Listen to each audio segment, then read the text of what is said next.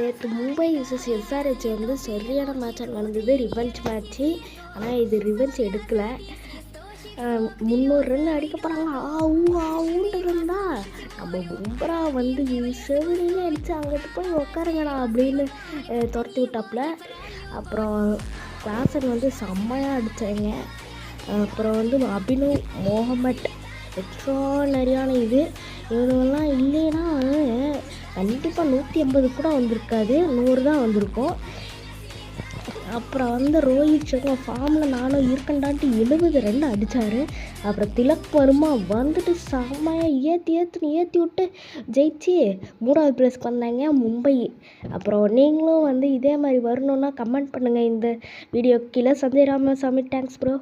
அப்புறம் யோகோஷ் thanks bro, ரொம்ப thanks. Next இவங்களுக்கு நீங்களே ரிப்ளை பண்ணுங்கள் மக்களே போன வீடியோவில்.